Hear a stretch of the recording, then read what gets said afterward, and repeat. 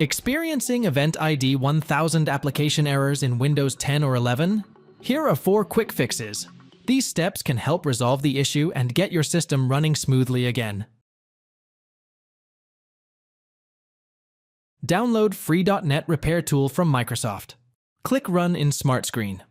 Now, accept the terms and click Next. Click Next on the recommendations screen.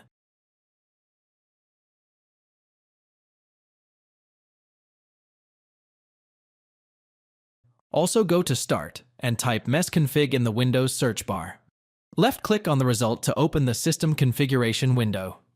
In the System Configuration window, under the General tab, go to the Selective Startup section.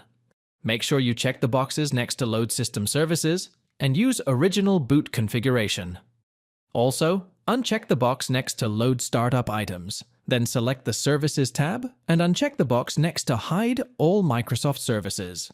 Press the Disable All button, click on Apply, and then OK to save changes and exit. Now, reboot your PC, and you should no more see the error in the log viewer.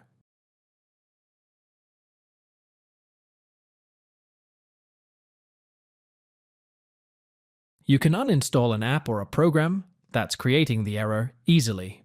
You can refer to this article and use any of the ways mentioned. Wait till the program gets uninstalled, and then restart your computer. Now, download the program again and reinstall it. The error should be gone now. However, if the problem persists, you may try running a system file check as shown below. Thanks for watching. If it helps, make sure to hit like and subscribe.